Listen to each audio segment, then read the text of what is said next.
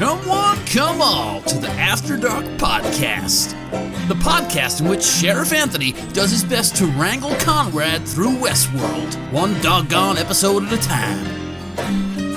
So kick back and grab yourself some Apple Jack, or some Adam's Ale if that's your preferred poison, and get ready for these two wannabe cowboys to ramble the night away. Music was provided by the fantastic Nancy Wyatt and Jared Iscariot. Enjoy the show! Now let the road Hello, and welcome to the After Dark Podcast. I'm Anthony James, and that's Konrad. Howdy. Well, Konrad, how are you this week?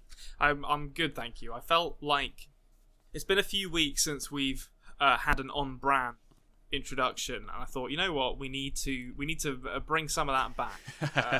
So that's the kind of mood I'm in today. So you're back in the cowboy mood, are you? Yeah, very much so. All right, that's good. That's good stuff. Well, I wouldn't say I'm necessarily in the cowboy mood. I'm actually getting really, really intrigued now going into this with you to how you sort of view some of the editing decisions that are going on. Because I did mention editing in the few episodes ago, and this episode is one where they really start coming to the fore, and like sort of hosts' minds are rambling away, and I'm looking forward to hearing what you think about it. So, without further ado, Konrad, what do you say we get into it? Let's do it. Oh, let's break it down! Okay, so Bernie is sitting there, pretty sad. He's a sad boy now because he killed his mistress. Well, not really mistress, actually, lover. Yeah, because he doesn't seem he's not married at the minute, I don't think. So it's not his mistress, it's his lover. They were very secret about it though. So Ford is trying to sort of talk him down. He's very, very upset. There's some great lines in here, like Ford saying, "God had nothing to do with it. I told you to do it." All that sort of thing. What do you think about this now? Do you feel like a disconnect with Bernard now that you know he's a host? Like, do you feel like you don't really care that he's sad right now? How do you feel about him? No, I think they've done a very good job of establishing, you know, that rapport with the audience to the point where, you know, when you see him reflect on what he's done, and, you know, clearly heartbroken at the fact that he's killed Teresa, it is heartbreaking for the audience as well. Like it's and Ford describes the anguish and pain that Bernard feels as beautiful, which is just the most self-serving and heartless interpretation or view of the actions that he's taken to put Bernard in this position. Mm-hmm. And yeah, I absolutely empathise with Bernard as a character, as I do with a lot of the hosts, to be honest. I will say, like, by the end of this episode, Maeve, I'm a little bit like, this is getting a little extreme now in Maeve's storyline, guys. But, you know, Dolores and Bernard as our kind of, like, core hosts. I guess you could maybe include Teddy in there as well. I absolutely am 100% on their side. And I think it's quite funny in this opening scene. You know, we all know that Ford has a penchant for quoting classical literature to try and make his point. And in this scene, his quote about one man's life or death being a small price to pay for the knowledge he seeks, it's from Mary Shelley's Frankenstein, which I feel like Ford would probably appreciate the irony of quoting Frankenstein, because as I recall, it doesn't end that well for the Doctor or the monster, or indeed the little girl that the monster kills in Frankenstein. So I feel like that was more the writers giving the audience a hand up there, because I feel like Ford the character probably wouldn't quote Frankenstein. Yeah, like it's a strange person to sort of want to put yourself in the shoes of, I think. Yeah. I see what you mean there. There was a little bit of discussion here actually about the primary colors, basically like human emotion and like, you know, stuff like that. They said whenever the hosts first began, the emotions of the hosts were in primary colors, and he actually created Bernard to be able to understand the hosts more and be able to create sort of the more mixing of the colors on the color wheel, like, you know, to create a full spectrum of emotion. What did you think about that idea of Bernard was actually integral to the host's creation, or development, I should mean? Well, I mean, I've said before that I think Arnold's consciousness is operating through Bernard somehow. And I think that to me seems like a continuation of that, in that it doesn't seem plausible to me that Ford could just figure out the nuances, when I feel like a lot of the Ford and Arnold stuff that we've heard up until this point is that Arnold was the real brains of the operation, and Ford maybe kind of dwelled in his shadow a little bit. So it seems unlikely to me that in the wake of Arnold's death, Ford would suddenly be able to be like, oh yeah, I've cracked it, and I'm going to create a host that is more intuitive than the humans that we could employ to do the work on the host behavior that we need done. So to me, it still seems like there's somehow he's found a way to harness like Arnold's consciousness into Bernard and use Arnold's intuition for his own ends, which I think is what is implied to be happening here. Okay, yeah, I think that makes consistent sense as a theory for me. Like the idea that he lost Arnold, so he needed to create Bernard to fill the gap that he lost. Yeah, I think that makes sense to me. So Bernard does get a little angry here, and he rightfully so. Right, yeah, rightfully so, we'll say. And Ford sort of quells him down a bit, says, settle down. But then he sends Bernard on a mission around to delete all of the traces of him and Teresa together.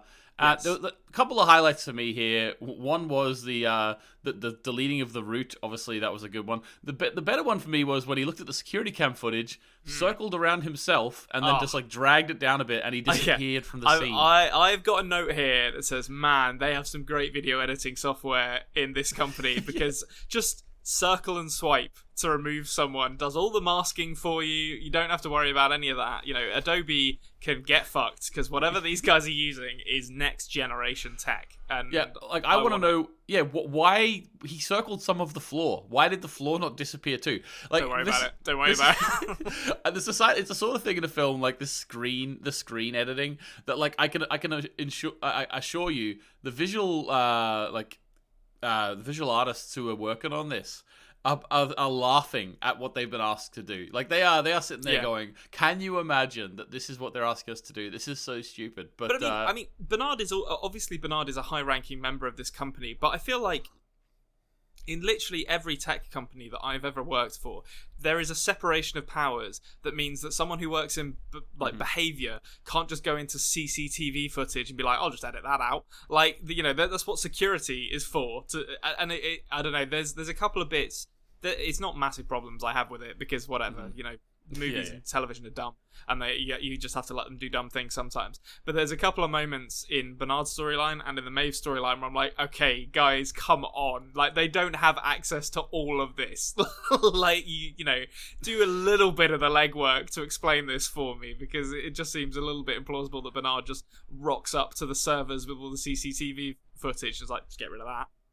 No one questions it.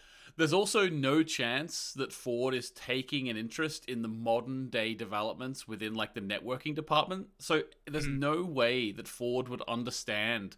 Like, he's the big guy in the company. There's no way he understands how like all the footprints within the system work. And like, there's no way he could do that. Also, the way that they were doing it, like the order that they were doing it, like he deletes the security camera footage and then he goes around, gets hairs, burns things in the incinerator. Like, did he go then after then and delete the security camera footage again? Because like, what are you doing, Bernard? Yeah, and then he just filmed himself sat in his room for like 24 straight hours and plugged that into explain his presence. No, he didn't even film himself. He circled the room and then like scaled, dragged himself in. Just put himself back in, and just him walking back and forward like in fucking speed, like a looped security camera. Perfect. That is, he's not a human, so we know that now. So he's limited in terms of those capabilities. But yeah, I think stuff like that, it does, like when you're in this sort of emotion-driven like search for consciousness, and then all of a sudden you've got this like little spy, heisty type stuff. It's like, okay, this takes me out of a little bit. It's also just completely unnecessary, I think. Like, I feel like you could have explained all that away and just been like Ford saying, "I've dealt with the security footage." It's like, that's cool. We don't need to see. You don't. They kind of make a rod for their own back with this stuff by getting into the nitty gritty of it, because that then makes it implausible. When I don't really need to see it, to be honest. Yeah, exactly. A little throwaway line would have been fine. But anyway, we go from there into Maeve. So Maeve is becoming a bigger character in the show.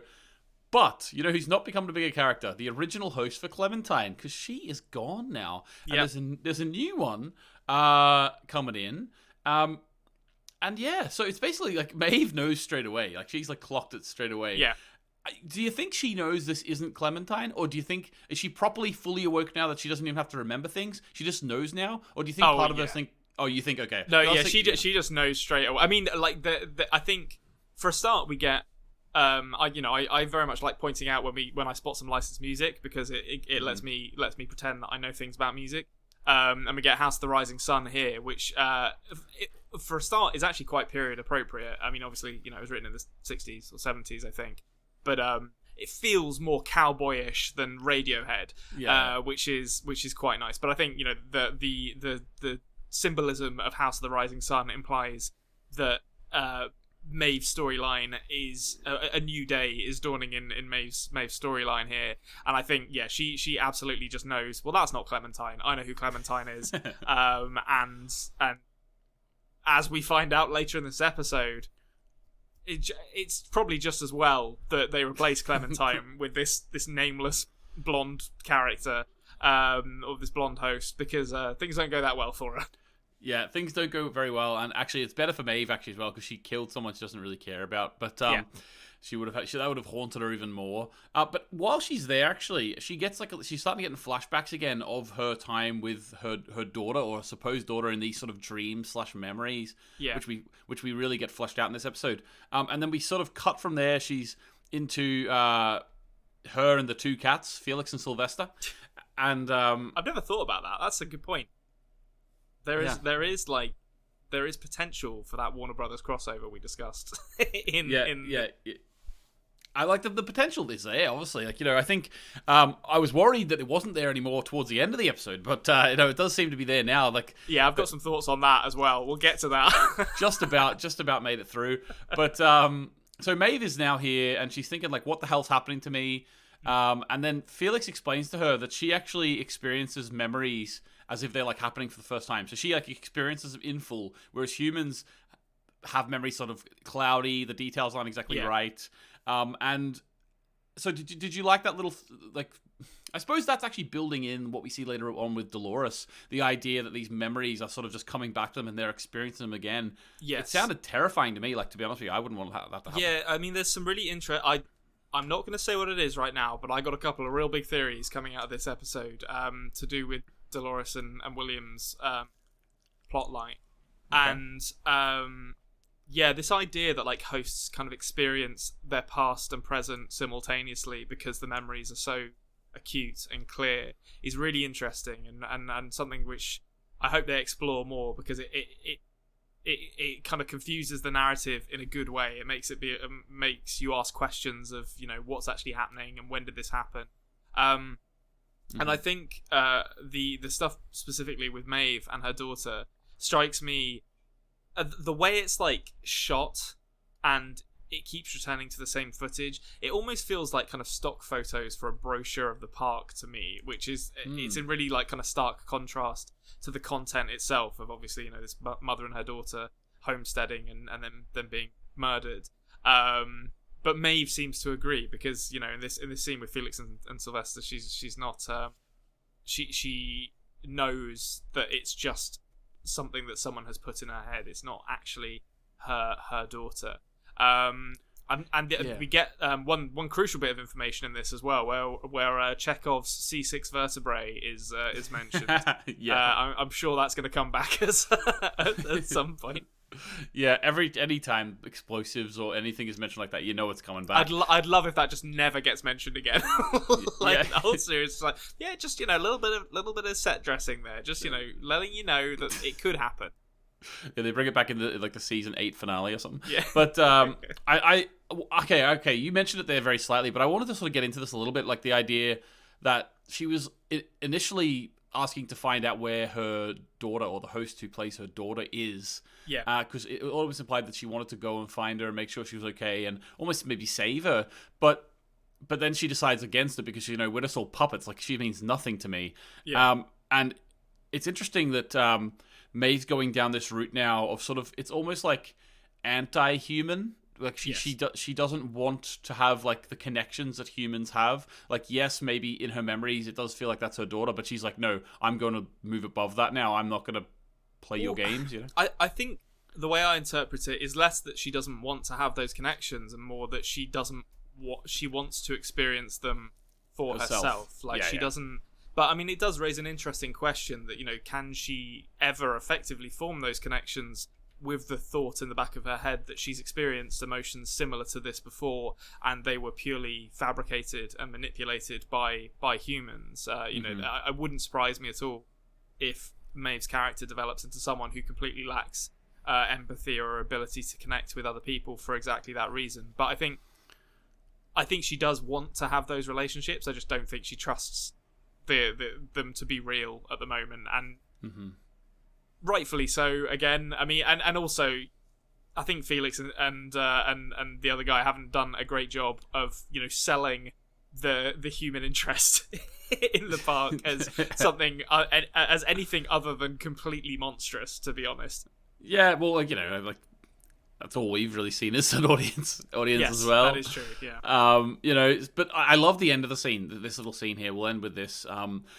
It's a callback, but maybe people didn't realize it was a callback. You know how whenever she's like in her script, she's talking about, like, you know, when she got to America, it was like, you know, now I can tell, like, you know, write your own fucking story, right? You can do whatever you want. So now it's calling back to that. She's at the very end of this. She's like, time to write my own fucking story. You know?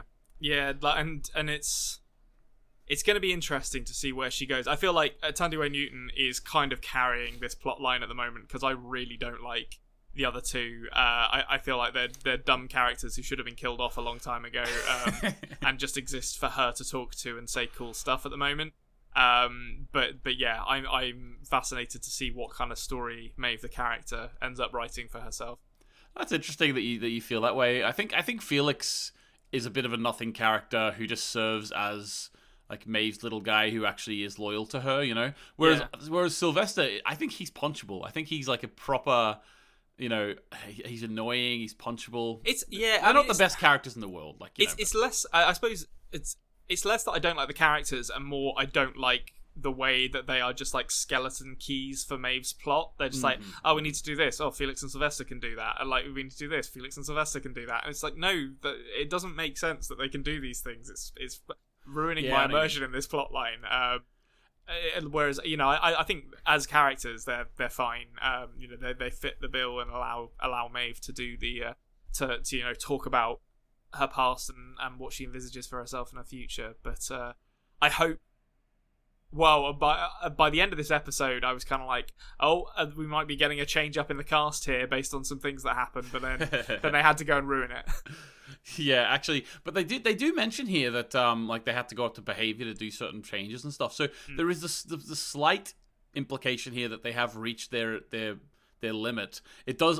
To be honest with you, the fact that they're even bringing in that there is a limit to their capabilities, it sort of is counterproductive to what the writers of the show wanted us to think, because it's like, oh, okay, so she can't do anything more with them, she has to go up higher. That makes me think, hang on, you're saying to me that you weren't just like not thinking about it and you were just letting them do whatever they want. You actually were thinking, where's the line? So you actually decided that internally in your world, they can edit the core stats of a host. Because they've decided the line is above that. So these chop shop butchers, basically, from the consistency of the show, can do that. Yeah, it's really interesting that they decided that. But then it gets to a point in behavior where they're like, that's too much. Don't let them do that. It's like, okay, but you can make them literally superhuman. But you can't like alter their like behavior a little bit. Yeah, it's very strange to me, and like introducing the line makes me question the line. If there was no line and they could just do whatever they want, then you just accept that for what it is. You know what I mean? Yeah. Or just I feel like just get a behavior person. Just introduce a third person into this that they get some leverage over, and make it a threesome. That would totally work for me. I find these two characters to be kind of stretching the limits of believability and what they're able to do in this super futuristic company. Yeah, gotcha. Okay, so we're in sort of on the trail now with William. Really, the only cowboy Dolores. stuff we see in this entire episode. I said at the beginning I was in a cowboy kind of mood, Yeah. but on reflection, there's not a lot of cowboy stuff in this episode. Yeah, it's like a bit of this, and then also a bit of the Man in Black and Teddy stuff as well later. Yeah. On the trail with Wyatt. But so basically, William and Dolores discover who I think are some Confederados. Yeah, these down guys are on- like the stormtroopers of the their plot line. They're just, we need some bodies, stick some Confederados. So they're out there. There's one who's still alive. Dolores wants to give water, and you start to see cogs in William's head turn. Yeah. This is a great example of this is going to sound like, fucking writing 101, and obviously I'm not a professional writer, but this is a great example of show don't tell, because you know exactly what William's thinking and it's never in the script, which was like, well done, because a lot of TV shows would have been like, I suppose he does say, he's not going to make it, like that, Yeah. but he never vocalizes what he's clearly thinking, which is, I should probably just kill this guy, to be honest, so we can move on. And what do you think? Do you think he did? I don't think there was enough time for him to actually kill him. He was right there, but I mean, it wouldn't surprise me at all if he did. I suppose he could have, choked him or something like that. Open up his shirt, stab him in the heart, close his shirt. Yeah, and then just put his hand on his chest where the blood is spreading. Yeah. I don't know what happened to him. yeah. He's gone. Like this violent stabbing of the heart, and then all of a sudden, like closes his eyes, like really peaceful. he's gone. Okay, so the William and the body stuff is one thing. Another thing is we start getting little flashes with Dolores.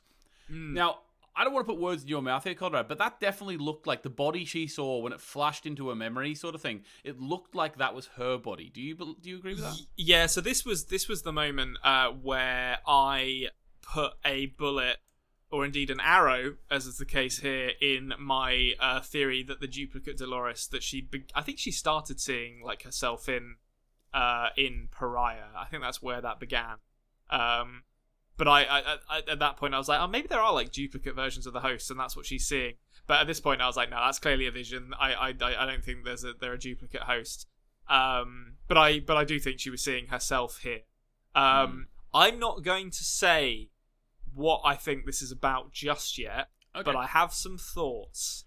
Okay, very interesting. I will say that this is interesting to me, to be honest with you. This flash of a memory you would assume was a memory, because if that is Dolores, right, that's the first time we've seen her have a memory where she sees herself like that, rather than she experiences it again.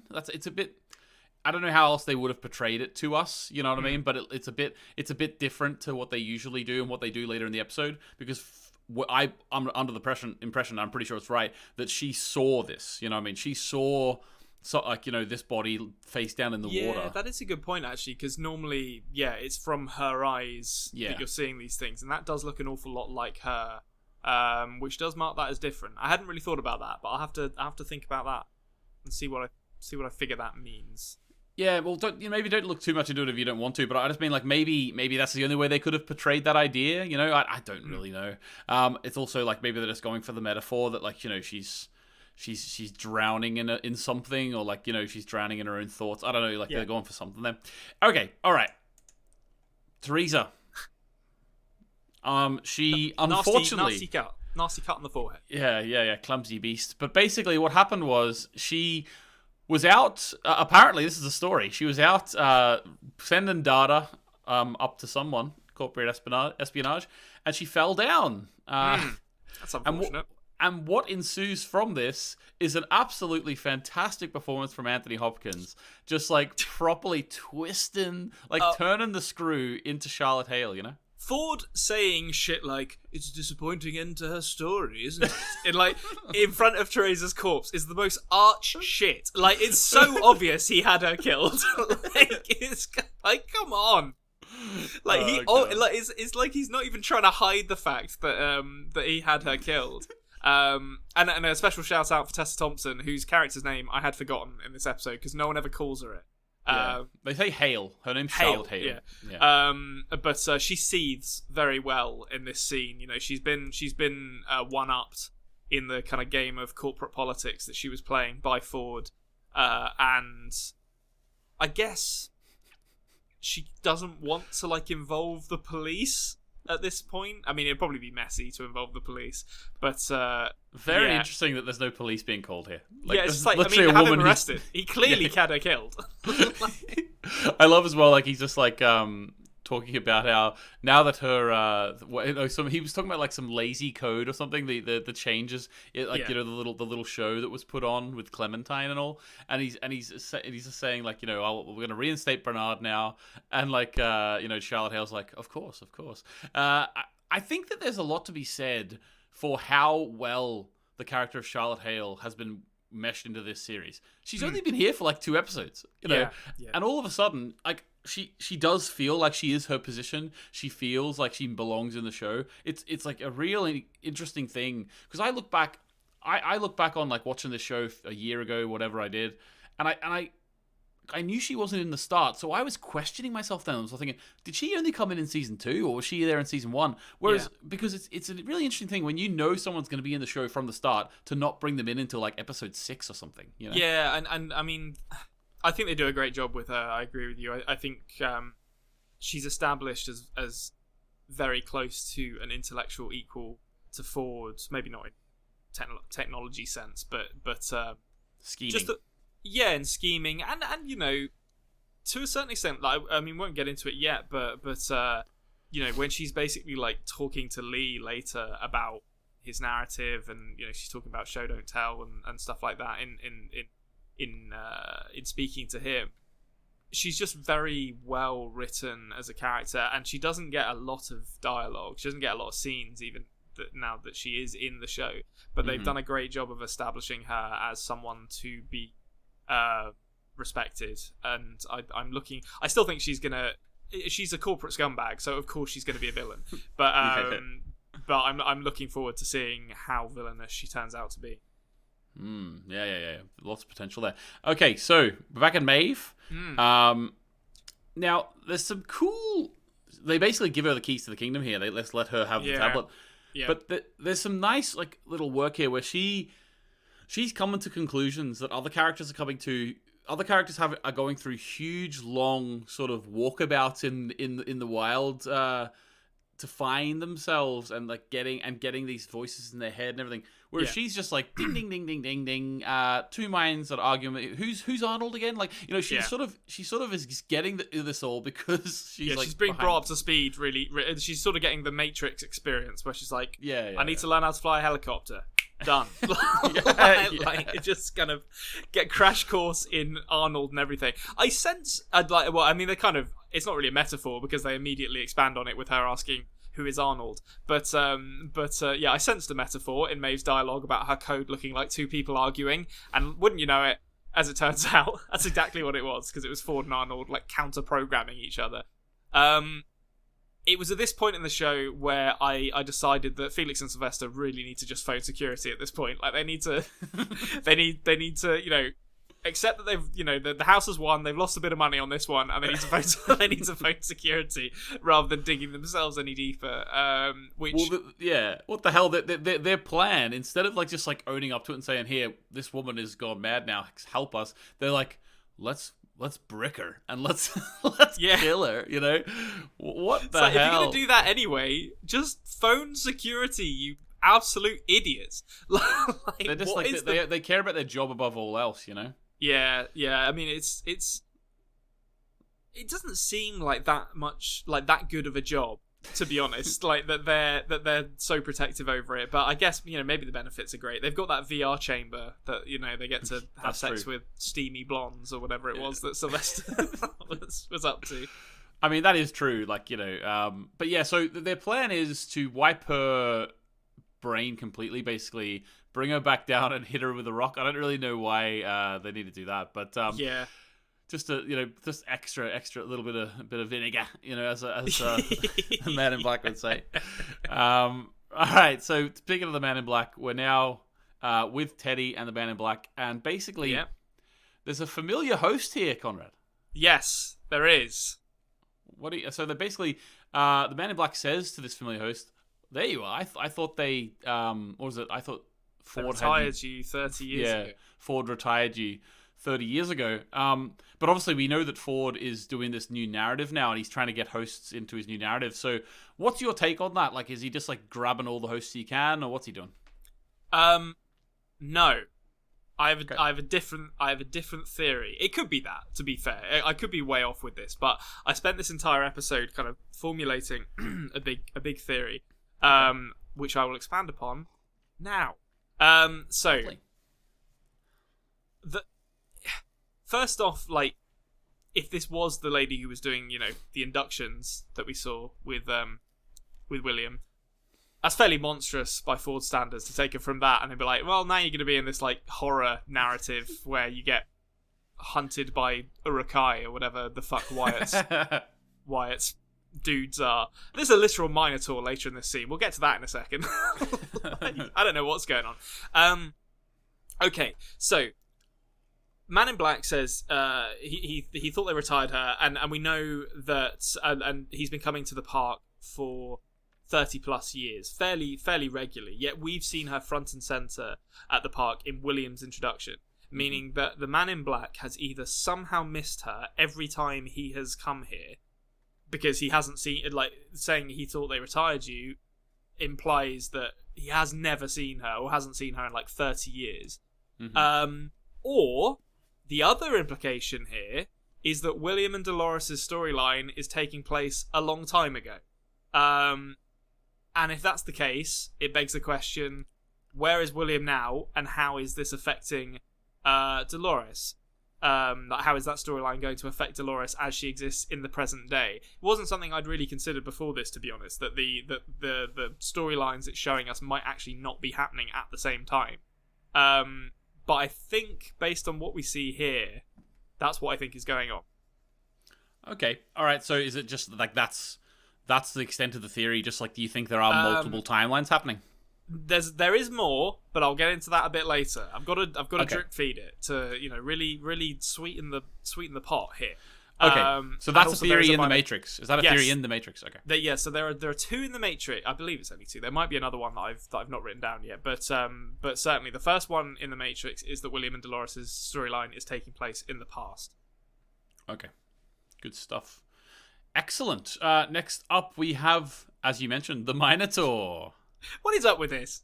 Like, what's going on here? Well, Konrad, we always talk about, like, anytime we watch something with time travel, the idea of Ariadne's thread coming back. It seems like every time travel thing ever, there's Ariadne's thread. Now, we are trying to get to the center of a maze here, and it's implied that Wyatt is the center of the maze. And wouldn't you know it, they're throwing a bit of symbolism in there. Yeah. Why is the Ariadne story in every TV show ever, Konrad? Yeah, I mean, it turns out, the classics, nothing is new anymore. We're just remaking the same thing over and over again. I mean, I'll be honest, I enjoyed the Minotaur dude turning up. And it's weird, like, I mean, it shows my own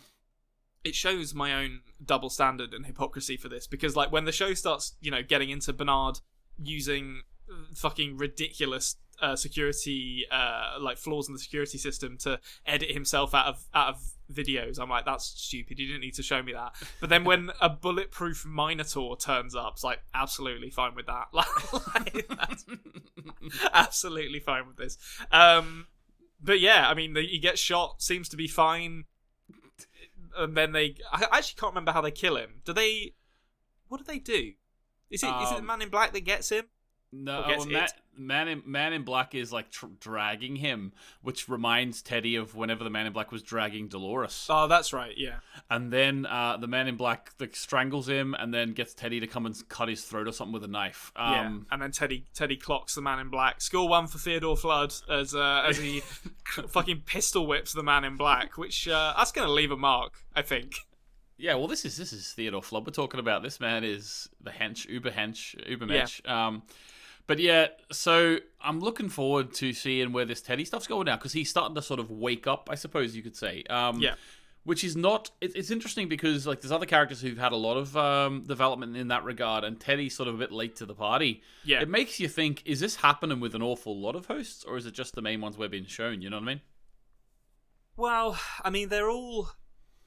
The hosts that we've seen are being woken up via external influences, so I can't imagine there's like other people going to these lengths to kind of awake the host near them. But I mean, it's plausible that there are others that we're not seeing. But I feel like the three that we're seeing, the most of, or four, I guess, if you include Bernard, are the main ones.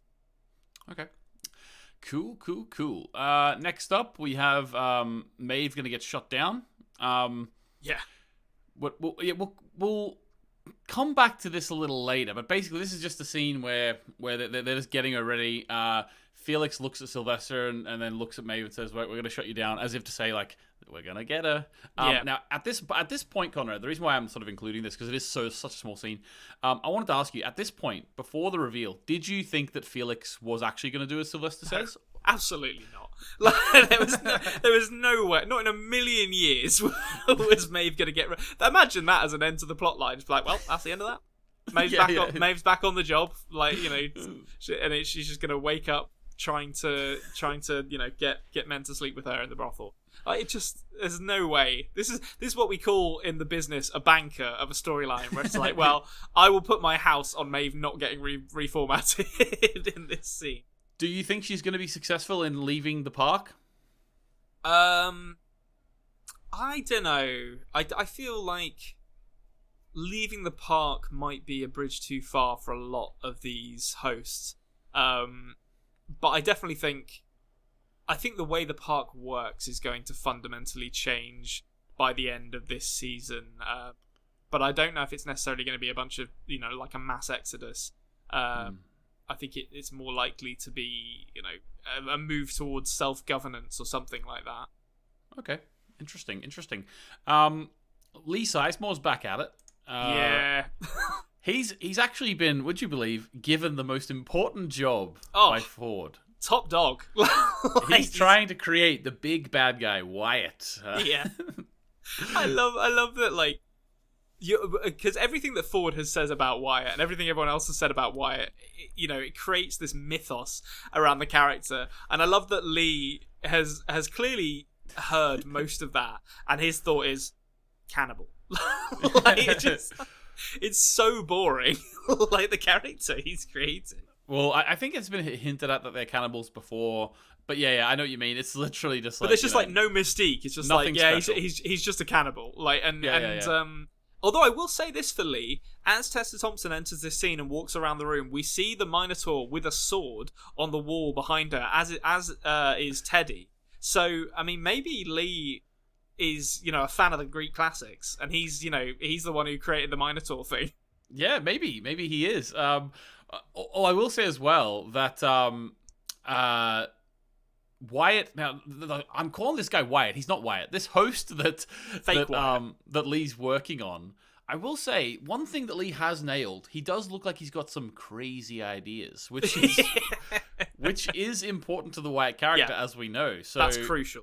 It's crucial, So Charlotte comes in and says, "What are you talking about? This isn't the big guy. This is busy work." Lee can't believe it, and then he agrees. I think Lee would have agreed to do anything that Charlotte Hale asked him to do. He's going to hitch his horse to this wagon.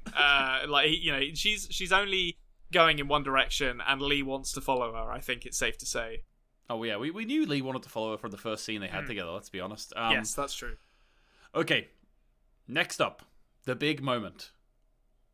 Maeve isn't destroyed and wiped of her memory. Who could have possibly seen that coming? Yeah, Felix actually has been working on her core code all this time, and she slices Sylvester's throat. I was so looking forward to Sylvester's dying. So, I mean, okay. Couple of things in this scene.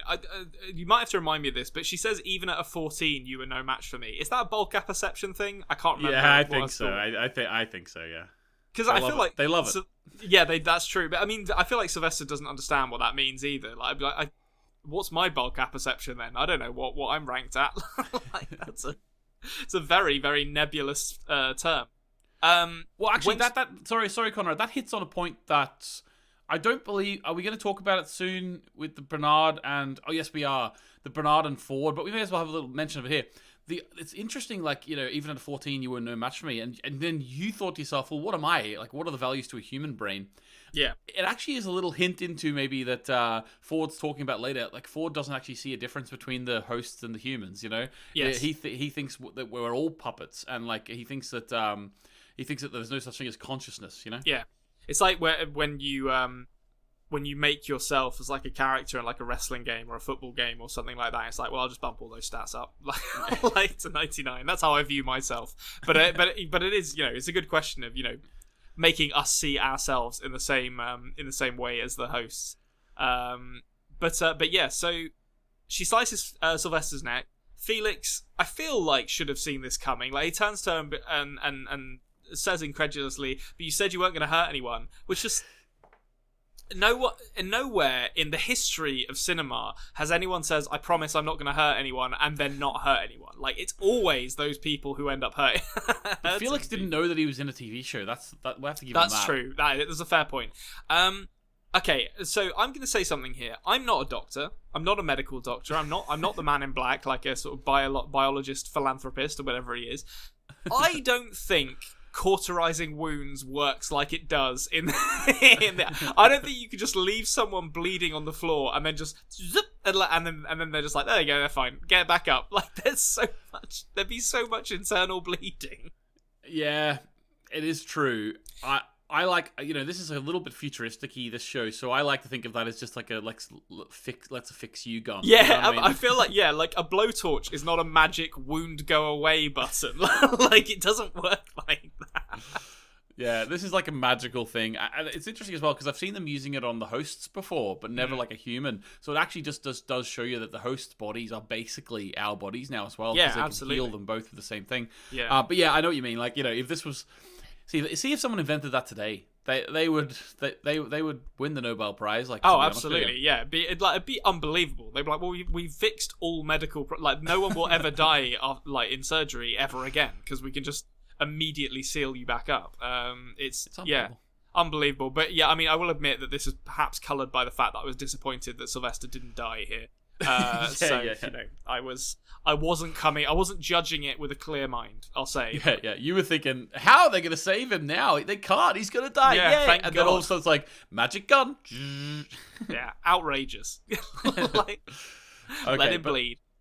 One of the outcomes of the scene is that Maeve now has superhuman abilities. Yes. She can make people do what she wants. Like the bartender, or hosts, I should say.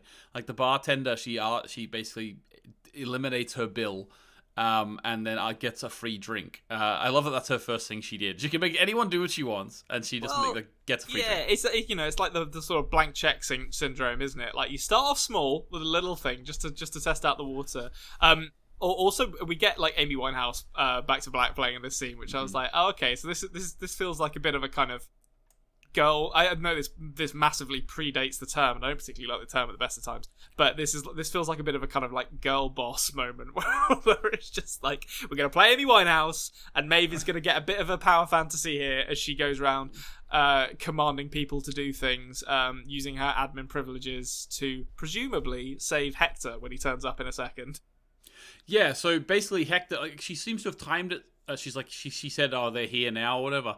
Like, she seems to have timed it well enough that she's looking for an army, she said. And so it seems to me like she's going to try and recruit Hector and his gang to be like her heavies, Yeah, absolutely. And we get a lovely bit of comedy from the sheriff here, is all I'm going to say about this scene. Lovely tip of the hat. Yeah, it's great. I was like, they're perfect. Absolutely great. And then the snake lady just shoots him in the back. It's great. It was a great moment. So funny. Okay, but while it's all going down, Maeve is actually being reminded again of the time William came into her house with her and her young daughter, and it's sort of all flooding back to her. And then obviously Hector does his little line where what's funny about this, right? The first time it happened, I took it quite seriously to the point, obviously, where he didn't get to say his speech. But then after that, look, this time we've seen it happen. It really felt like the actor who plays Hector, Xerxes, it really felt like he was just going through the motions. Like, it's just like, I really got from him that this is not the first time he did it. You know what I mean? No, absolutely not. Like it's like everything about him feels very like nihilistic and just like tired, which I very much enjoy as your like kind of tastefully scarred bad boy who's just sick of everything. Yeah, but this is actually also like from a few weeks ago, whenever the Man in Black broke him out, or a week ago, whatever, broke him out of the jail. This is like the continuation of that storyline, which is really interesting to me because he was obviously taken out of the storyline and then put back in for Charlotte Hale to have her way with him, you know? Yeah, Because, I suppose. I mean, like with my kind of fermenting idea that there are multiple timelines being shown to us, it kind of throws everything into disarray as to which parts of it are kind of in Williams' plot line or timeline, and which parts of it are in the present day timeline. Maybe there are other ones as well. I haven't spotted any. If that is indeed correct. So it could be that when we saw him die, that was in the past timeline, and he's just been doing it for a while. But I suppose it could also just be that Charlotte Hale, she likes Hector. She wants him back in the story. I mean, we know she likes him, so. Yeah, exactly. That's what I mean. Like every time she comes, no matter where Hector is, she just gets him out of the park. And... Get me Hector now. Like they have to just drop the whole narrative that he's in and do like the Poochie leaving The Simpsons in that narrative. It's like shifts out. Had to go back to his home planet. That's hilarious. Okay, yeah. So that all happens. We'll sort of catch up with Maeve a little later. We now get the scene between Ford and Bernard, which we hinted at a little bit earlier, and Bernard is talking about things like pain exists in the mind. It's always imagined. So what's the difference between me and you? Because pain is just in the mind. So if I am just my mind, then what's the difference? And Ford says that consumed Arnold. That question consumed Arnold, and I love the delivery of the line here as well by Anthony Hopkins, where he's like, it always seemed very simple to me. It always seemed obvious to me. And he just explains that, humans are just like the host. It's not that there is a line in which a host can become a human. Human beings have the same makeup. We have the same programming in our brain. Yeah. Consciousness is an illusion, and we are the same. What do you think about that? Yeah, I mean, this entire scene is brilliant, I think. The kind of philosophical debates that Ford and Bernard are having are very thought-provoking and very interesting. I will also say as well, Bernard is dealing with finding out that he's a machine and his whole life is a lie exceptionally well at this point. Water off a duck's back at this point for Bernard. Just, my wife, not real, son, never existed, whatever. You're forgetting his Bolcar perception is only a 4, so that's true. Yeah, he just doesn't like. I can't even remember what they said, but is Bolcar perception like empathy? Is that what they said it was? Or like, I don't know. It's sort of like a catch-all term for intelligence, I suppose. I don't know. Emotional intelligence and actual intelligence. I'm not sure. Yeah, I think actual intelligence. Emotional intelligence is arguably more important. But yeah. You see what happens when people have high other intelligence and not high emotional intelligence. That's how you get psychopaths. I don't know, like Bernard is for whatever reason he's dealing very well with this revelation, and I love these questions that the show asks about pain, as you say, is always in the mind, so there is no difference. I find it interesting. I think Ford's lack of nuance with regards to this, to say, well, we are essentially the same, is fascinating for his character, fascinating what it tells us about his relationship with Arnold, and also I think just wrong.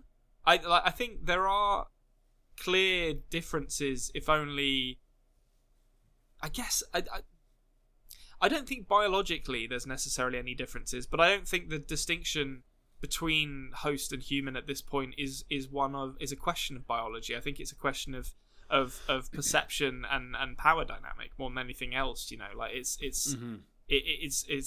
simply one of those species holds power over the other.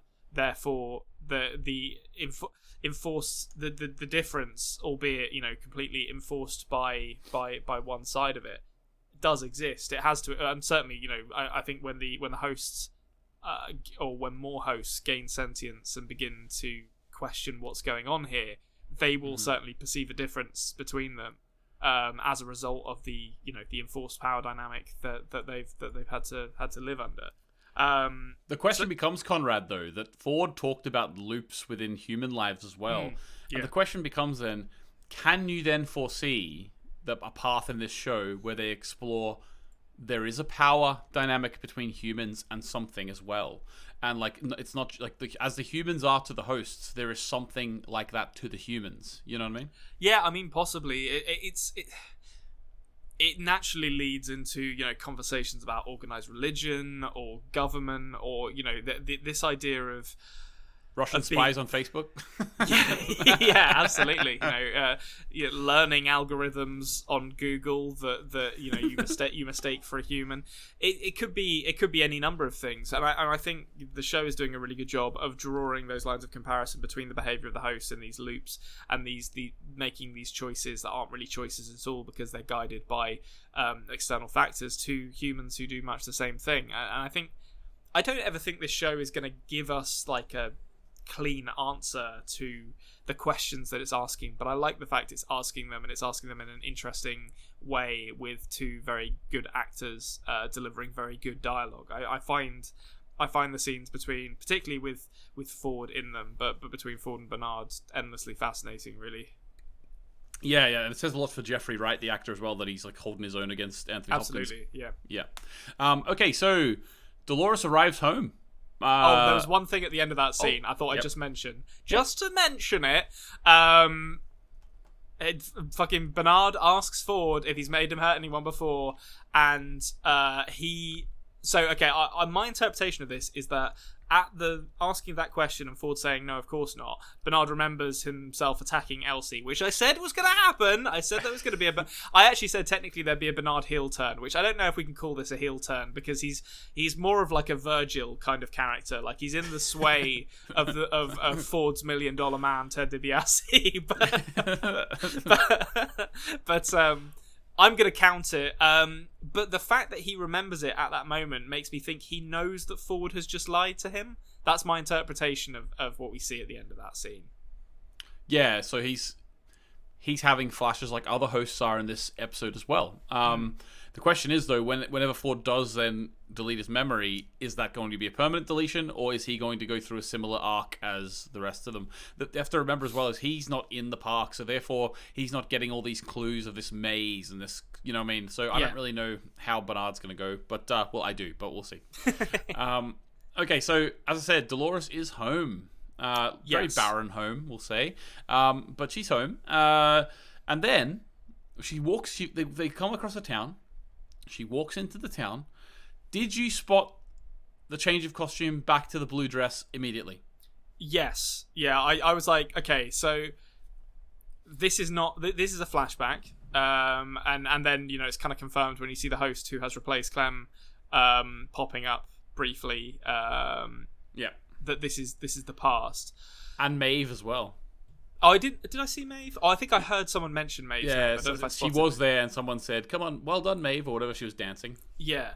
So this idea that they're kind of experiencing, I think this is a red herring, or well, not a red herring because it's probably important to Dolores' storyline. But this idea of her kind of experiencing her past and present kind of non-sequentially, and the whole thing kind of becomes confusing for her and breaks down. But I think this is throwing a red herring out there to make us think a lot about Dolores' past and her present here, and to distract us from the fact that clearly the host lady who introduced William is now doing something else 30 years later, and that this is happening in the past. It's a clever bit of misdirection, but it didn't fool me.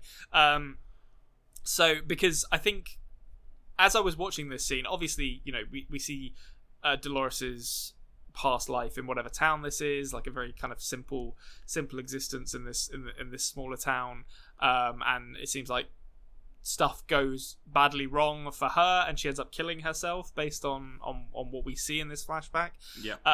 But I think, as well as like considering what was actually happening on screen here, I was also thinking about if this timeline is taking place 30 to 40 years ago, then it begins to make sense how kind of amazing the park was presented when William arrived.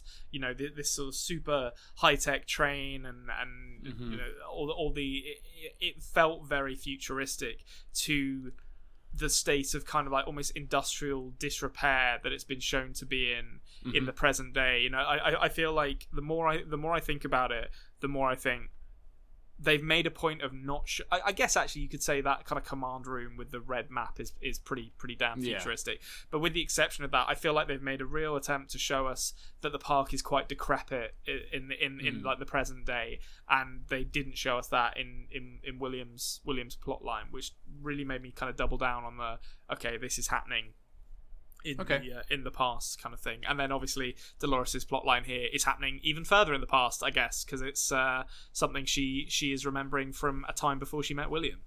Well, yeah, like it's clearly a memory in that way, and it strikes me. I don't know if that memory of where they're all dancing is actually from before the park was opened or not, but it like the scientists and stuff are out amongst them, like showing them how to dance and stuff. So it definitely seems experimental phase. Now, whether or not, because it also it looks like Dolores is arriving there as well. Like she's arrived there before. Yeah. And it looks to me like she is coming from outside the town. So maybe there's a train, right? I think. So it wouldn't surprise me if she's like, you know, her memory is her getting off the train, arriving in this town for the first time, and that's like the beginning of her original plot line or something along those lines. Maybe, yeah. Or like my mind even thought, like when I first watched this, I thought to myself, like, oh, she's made this journey before. But the way I'm thinking, though, is because they're, like, training them all up here, and it looks to be... I don't know what point in the timeline this memory would be, and I don't know if that's ever actually confirmed, but the idea of them training all these hosts makes me think if it's the time before the park opened, but then my idea of Dolores arriving to the town would imply she's coming from her homestead out where she is with her father. So therefore that would imply maybe there's a small opening. Maybe they did like a small, like maybe Sweetwater and the surrounding area was the first opening, and then they continually built on from there. But she still eventually made her way here. But definitely it's intriguing. The idea, you definitely get the idea of repetition. Like she's going through loops, you know, and it makes you think like what's going to happen in the future. She also has the memory of the little girl El Lazo's daughter. Yes. As well. I can't remember what El Lazo's daughter actually says to her, but that kind of sets off her memory of killing herself, I believe. She says something to the effect of, "Did you find what you were looking for?" or something like that. Just sort of like, you know, how you get on. Ford likes having little children wandering around delivering very cryptic messages, it seems. Yeah. That is his mode of delivery. Very interesting. Now, interestingly enough as well, while she's going through this memory, she is then holding the gun to her head in the modern day, we'll say, with William and her, and she's got the gun to her head, and William was obviously like, "What are you doing?" And then Dolores has a little bit of a freak out and is like, "When are we? Like, when are we?" I was trapped in a memory from a life long ago. So she snaps out of it. The idea is, if William wasn't there, maybe she would have just killed herself there, you know? Yeah, I think she probably would. I think it's... Well, they kind of comment on this, saying the further they get away, the more they kind of begin to break down. So the further... I don't know whether that's saying the further they get away from the center or the further they get away from their loop, the more their memories begin to get confused, I guess, because they maybe start experiencing stuff or remembering things from other parts of the park where they lived in previous lives or something like that. But... or like a single memory from one time they did something or 3 times they did something rather than the 1,000 times they did it in the normal loop, you know? Yeah, absolutely. It might stand out to them. But yeah, so they then walk away and it gets dark and William sort of takes her away from there. And wouldn't you know it, old Logan. He's back. He's made friends with the Confederados. Yeah, he's now the leader of the Confederados. That feels like there's a story to be told there. Like going from being dragged off to be like presumably beaten up and maybe killed to now leading the Confederados after the people who stole their nitroglycerin. Well, I could imagine like they're trying to kill him, like stab him, shoot him, and like they just can't, and he's just like, "I'm superhuman. I have to be your leader. I am your god now." And commands them to follow him. I mean, they are Confederates, so they are idiots. I think that's safe to say. Well, they're the stormtroopers, as we said. So, okay, next scene.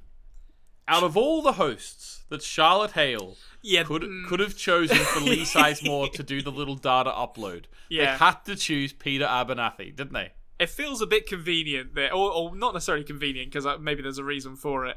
But I don't mean to kind of cast aspersions about the plot. But I was like, come on, something's happening. Either this is a wink from the writers to the audience, be like, we know you want some more Peter Abernathy, like get him back in circulation, or there's going to be plot critical stuff that comes from this being Dolores's former dad.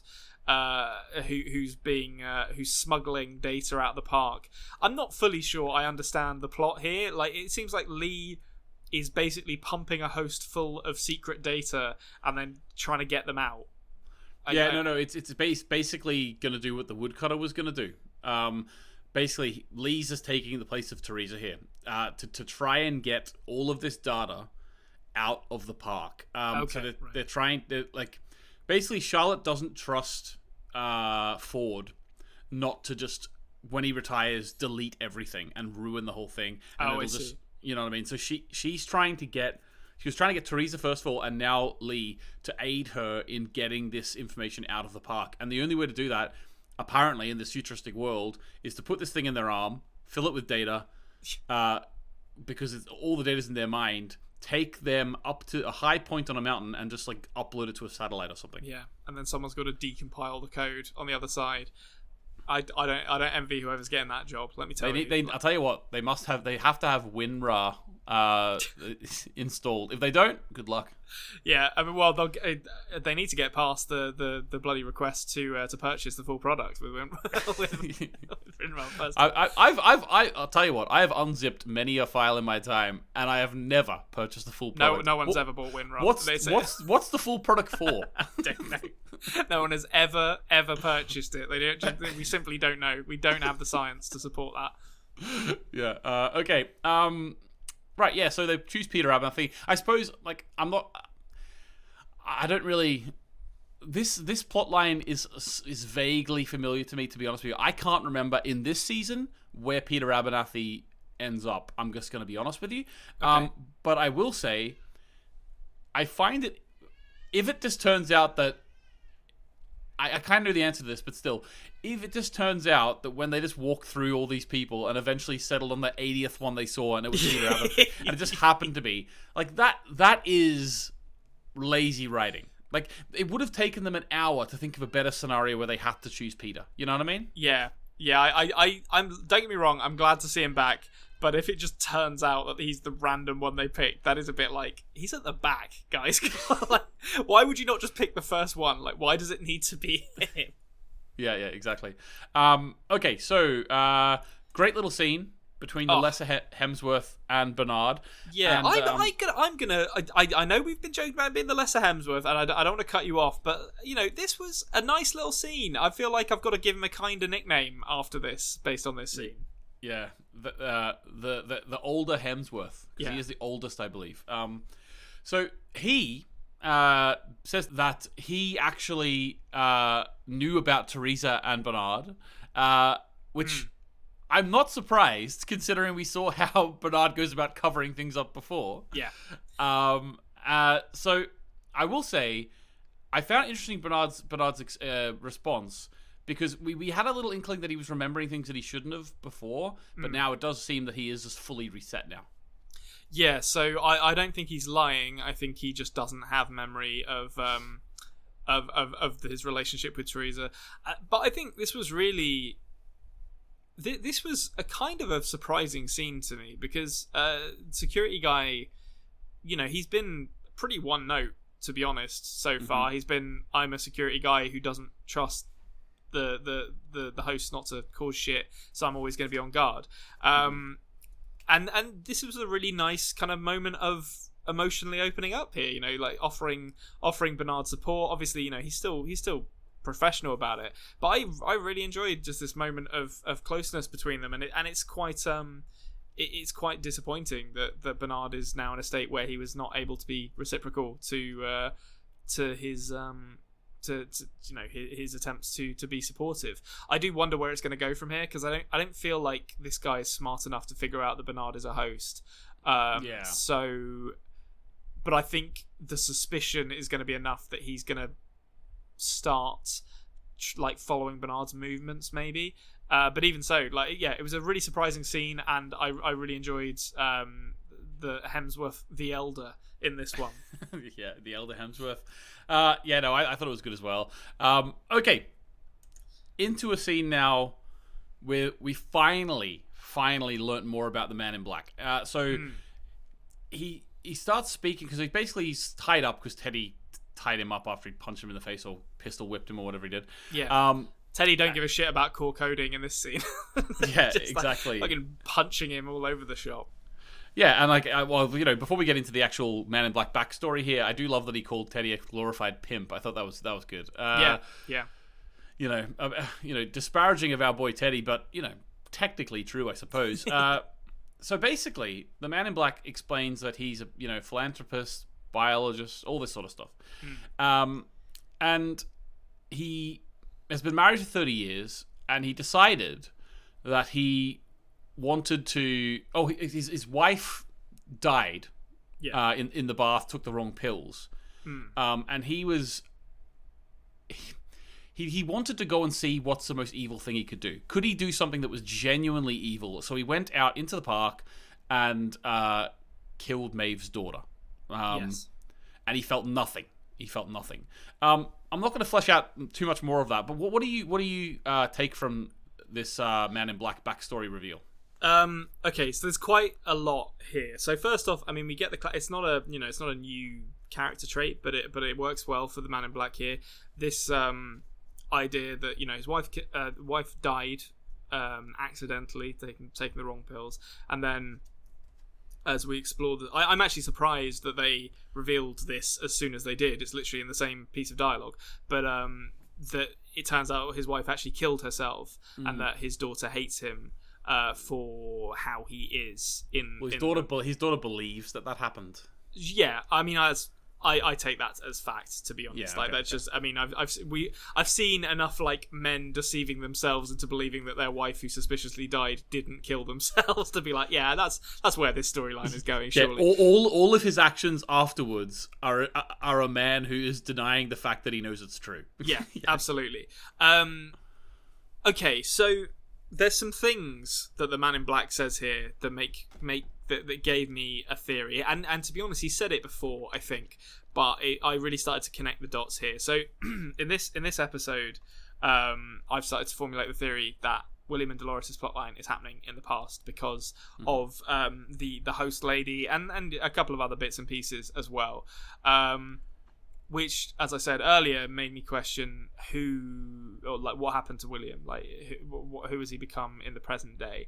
And then in this scene, the Man in Black starts talking a lot about how the park shows you who you really are, which is a assertion that we have heard kind of fanatically espoused by one William, who his kind of infatuation with Dolores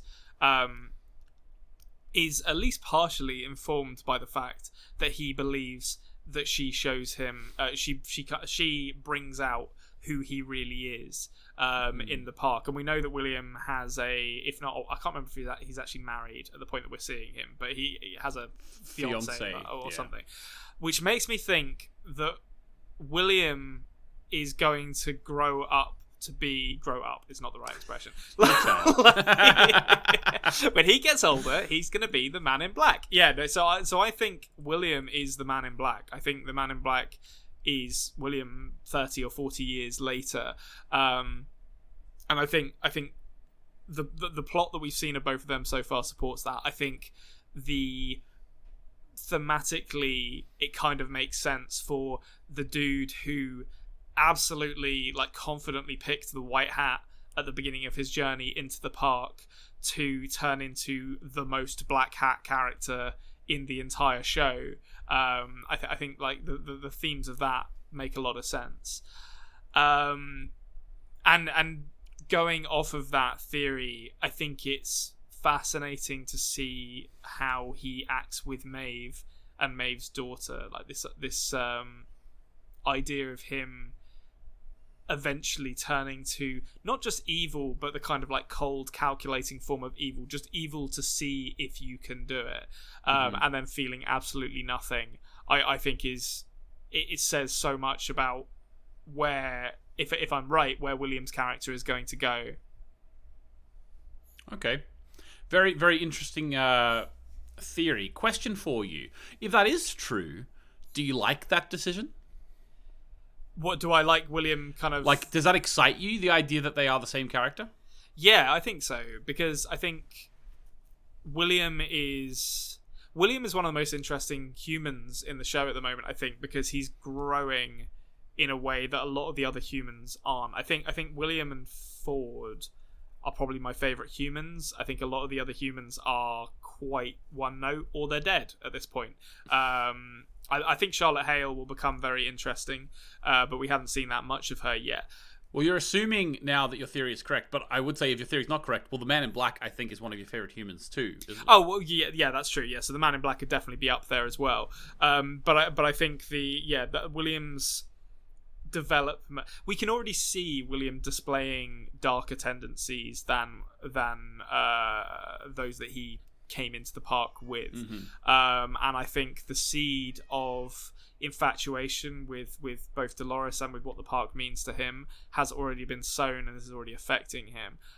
So I'm very much looking forward to seeing how quickly he descends, if he does indeed descend. Well, actually no, I'll recant that. I think he's going to descend into darker behavior one way or another. I don't think that's necessarily dependent on him becoming the Man in Black, but I think the fact that they talk in such similar terms about what the park means to them in the same episode where we've seen some strange time stuff or some strange timeline stuff with the host who greeted William makes me think that they are ramping up to that being revealed at some point.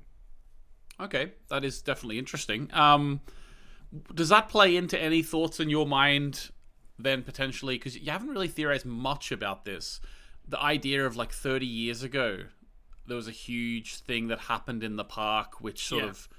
I can't remember exactly how they worded it, but you know what I mean. Like, there was, like, I think they called it, like, a catastrophic failure or something in the park 30 years ago, which makes me think that's where William and Dolores' plotline is ending. That they are going to... Well, actually, thinking about it, so...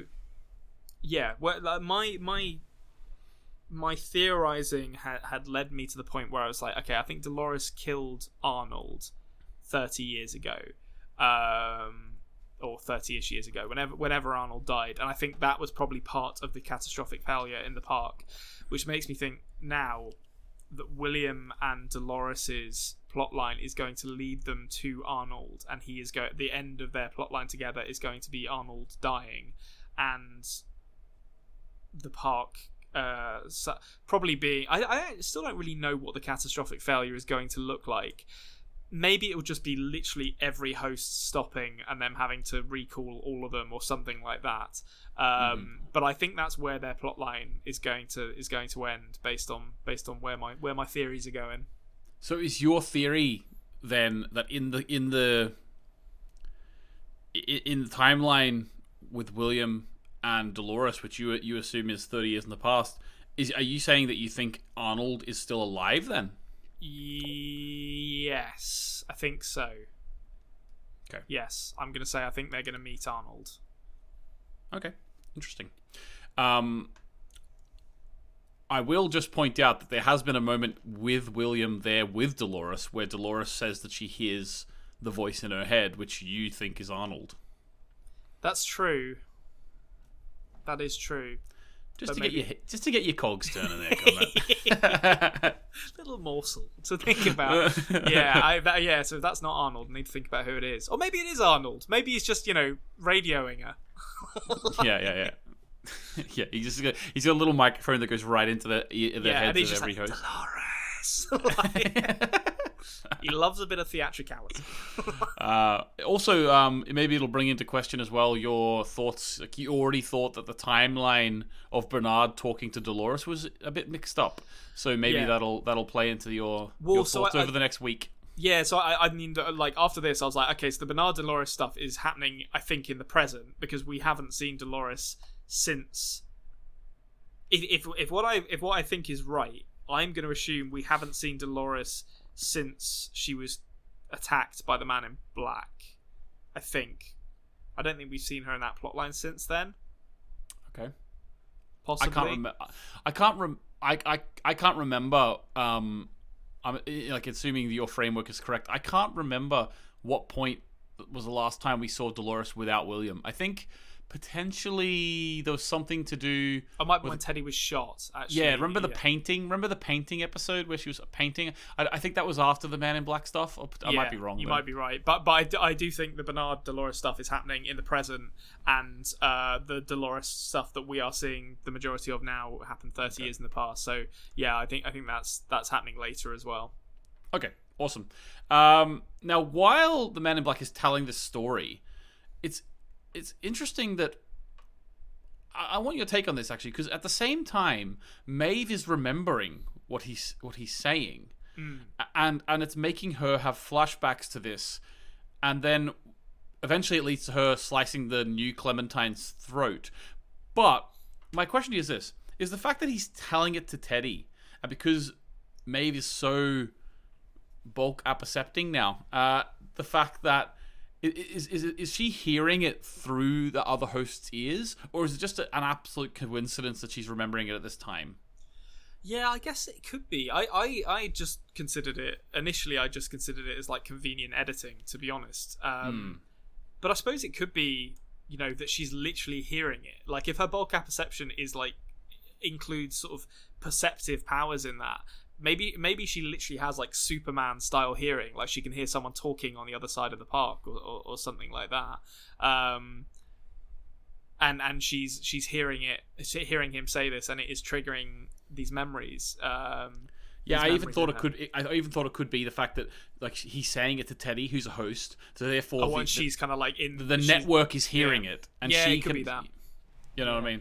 But yeah, it's interesting nonetheless. So she kills this Clementine, and then they come and take her. Although one thing was cool in the storyline of the Men in Black the story that he's telling, he says about that the maze revealed itself because there was a moment where if he felt like Maeve was alive. Yeah.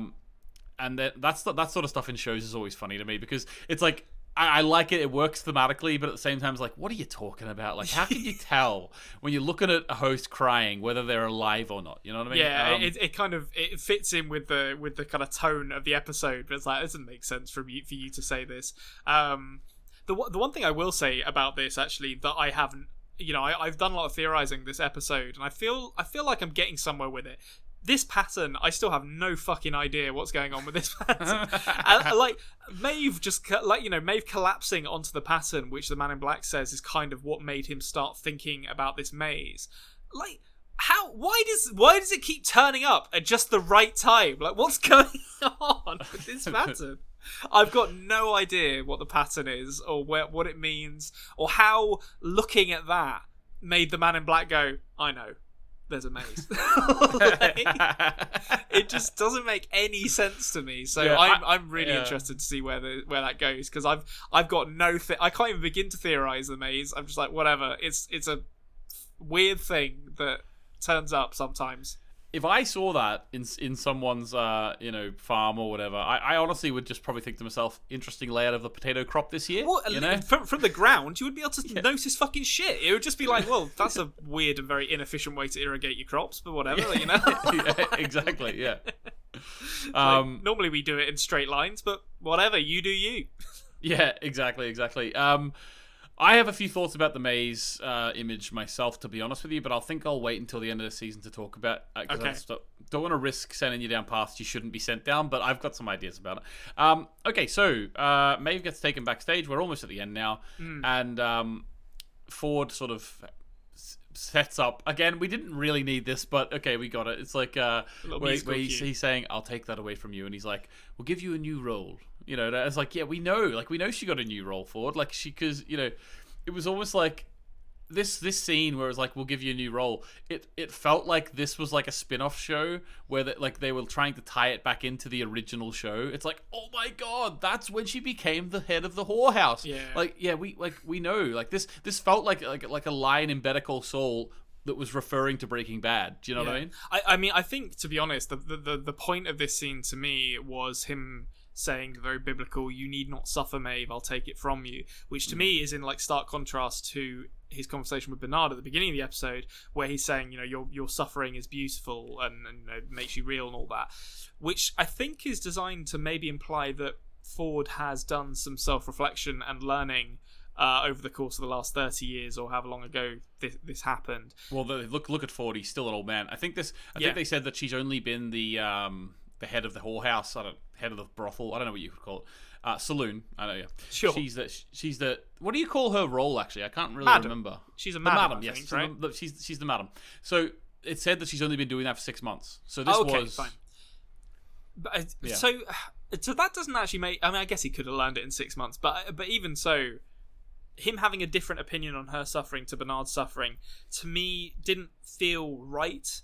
It felt like they were trying to say, oh, he's learned something since this has happened that has brought him to where he stands on suffering in the house for Bernard. Maybe it's just a double standard for the two characters, but I felt like there was a missing link in there for me to understand, okay, so why is he messianically taking this suffering from Maeve, but for Bernard he's like, no, you keep the memories of your dead son and all this stuff, it makes you who you are.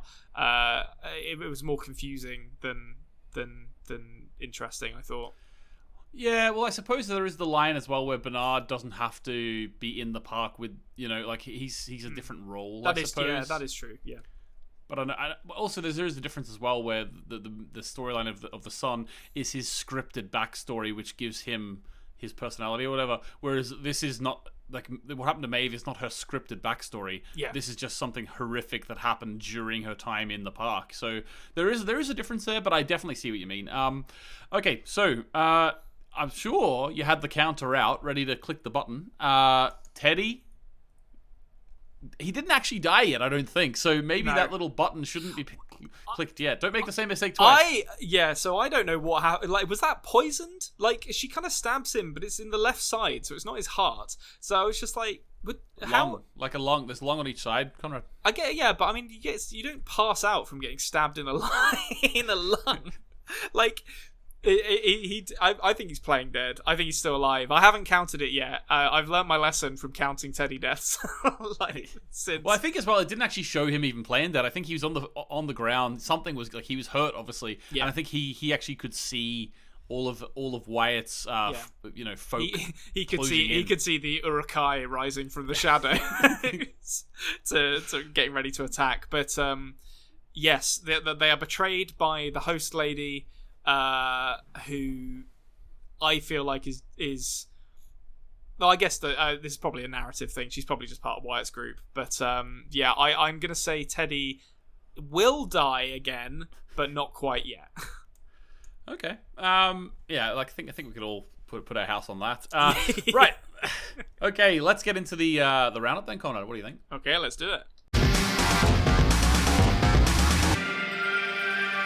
IMDb rating 8.8, so not quite as high as the 9.5 we had, but 8.8, still high. I don't know. I think this is a really good one. Yeah, the last one was really good as well. I can see why there are bits of this episode that I was a bit like, this is dumb, but I mean they were relatively small. It's just I have issues with how some of the plot lines are kind of ambulating a little bit, but I still really enjoyed this episode, and I think the William and Man in Black stuff, even if they don't turn out to be the same character, they're both going in very interesting directions. I love the Ford and Bernard stuff. I think that's great. There's something for everything in these episodes at the moment. Something for everything, something for everyone is what I meant. Or let's say everything. Let's include the hosts in this as well. And it's just it's so entertaining from start to finish that I find it so difficult to separate them. But I think this is probably about as good as the last one if I were pushed. Yeah, exactly. It's sort of one of those things. Like we can't really trust them, but it's a good opener to the segment. Right. Sure. Okay. So you said you had 2 theories. Let's just state them again, and then we'll get into some questions. I've actually through your cajoling, I've actually got a third one. So they're all William and Dolores based. William and Dolores, William and Dolores' storyline takes place in the past. William becomes the Man in Black, and William and Dolores' storyline will end with Arnold's death. Are the 3 for this episode? Okay. I think this is probably the most intriguing set of theories you've had out of any episode so far, in my opinion. Yeah, they're pretty big. I mean, they're not as big as the park maybe being in space, but they're up there.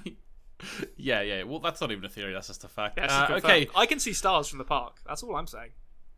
You can't see stars from Earth. We all know that. That's true. Especially not in the future. Yeah, not in the future when the atmosphere is clouded by gases. Like, you have to go out of space to do that. Yeah, exactly. All right, okay. We've got a couple of questions from the audience. First one comes from Pep Cool. And Pep Cool is actually a Konrad for this series, so well done. I think Westworld is such a huge show. I think we don't have as many Konrads as we did for the OA. For the OA, we had a few Konrads coming along with us, giving us their theories. But this is such a huge show that I don't think that we have them this time. But Pep Cool is one of them, so thank you very much. General question to the both of you. How do you think the host loops are managed? When exactly comes the right time to reset the host's cycle? Take, for example, Dolores and her father. Last time we saw him, he was shot, and in her mind, he is dead. She then went on with William, and she still remembers that her father is dead. Does that mean the park can't insert her father back into the world as long as Dolores' host hasn't died herself?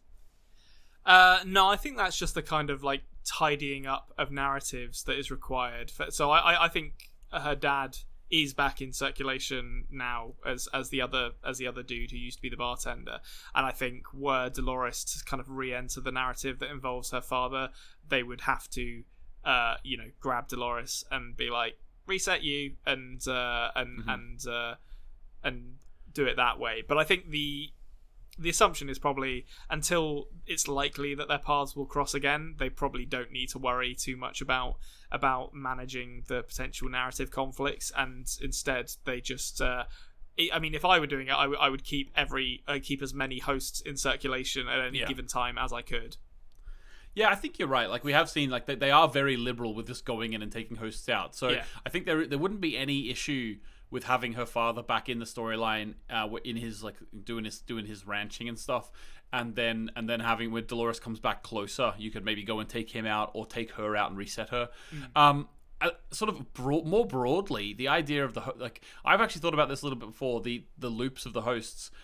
It's very clear that some hosts are on long loops. Like, for example, Hector and his gang, and other hosts are on short loops. I think that Dolores' loop is a 1-day loop, and I think that it only goes longer than that if she gets taken up by a guest to do stuff like William's doing with her. I think she has a 1-day loop. I think that the Hector's gang have a multiple month loop or a week loop or 3-week loop or whatever it is, and I think that they all marry together. It's as a maths teacher, I think of it like this. You know the maths questions where you're 2 trains leave a station at the same time. One takes 40 minutes to get back, one takes 30 minutes. When's the next time they'll meet up? Yeah. I think although all of them have different lengths of loop, I think after 2 weeks, 3 weeks, 4 weeks, there's always going to be points where they all start at the same time. They all marry in together. Yeah. That's my maths timetabling mind coming in, but I think that's probably how it works. Oh, yeah, I mean, I think you would be nuts to stagger the narrative starts at the beginning of the park. You might as well just fire them all off at once, and then you deal with them meeting up again as and when it comes up. So Dolores has multiple reset points, but then they have a big reset point where they all start again. I think that's but interesting question, Pep. Cool, thanks very much. It's cool to think of it from that angle, Right, the next one comes from Vic Disco. Now that we know a bit more about the Man in Black's life and more of the sadistic acts he commits in the park, do you think that there is another reason for his motives besides setting the hosts free? Well, I mean, if he is who I think he is, I think he's infatuated with Dolores. He wants to probably free her, I think, to take what she represents to him as a person out into the real world. I think that's his main motivation. I think it's quite personal, and less. So when like I initially started theorizing about the Man in Black and his motivations, I think I theorized that he was doing it for kind of ethical reasons broadly for all of the hosts, and I actually think it's a lot more personal than that. I think it's his concerns are on Dolores specifically, and if it happens to benefit other hosts along the way, then so be it. Okay. But yeah, I think he's all about that D, all about that bass. Yeah. Right. Thanks very much, guys. That's us for this week. So next week we'll be on to the penultimate episode of the first season, episode 9, which we're very much looking forward to. Mm-hmm. Can't wait to get to the end of the season, as I'm sure people who've watched this show before are feeling that way as well. Thanks very much for watching, guys. If you want to support the podcast, you can. There's links in the description. If you would like to like the video, that'd be great. Subscribe to the channel, all that sort of thing. On audio apps, we are the After Dark Podcast. On YouTube, we are the Culture Cave. So if you're listening on audio apps, go and check out our stuff over on the Culture Cave. We've had a lot of videos up in the last week or so. You can tell I'm a teacher on holidays, but there's a lot of videos. We usually get about 3 a week, 2 podcasts with Konrad and I, and then some sort of discussion thing with me and Emmett. Sometimes we cross paths, sometimes we don't. There's lots of stuff there, guys. Thanks very much for joining us, and we'll catch you later. Goodbye. Goodbye. Thank you for listening. The After Dark podcast has been a Culture Cave production. Please subscribe on audio apps as well as on YouTube at The Culture Cave. Join us next week as Konrad journeys further into the unknown.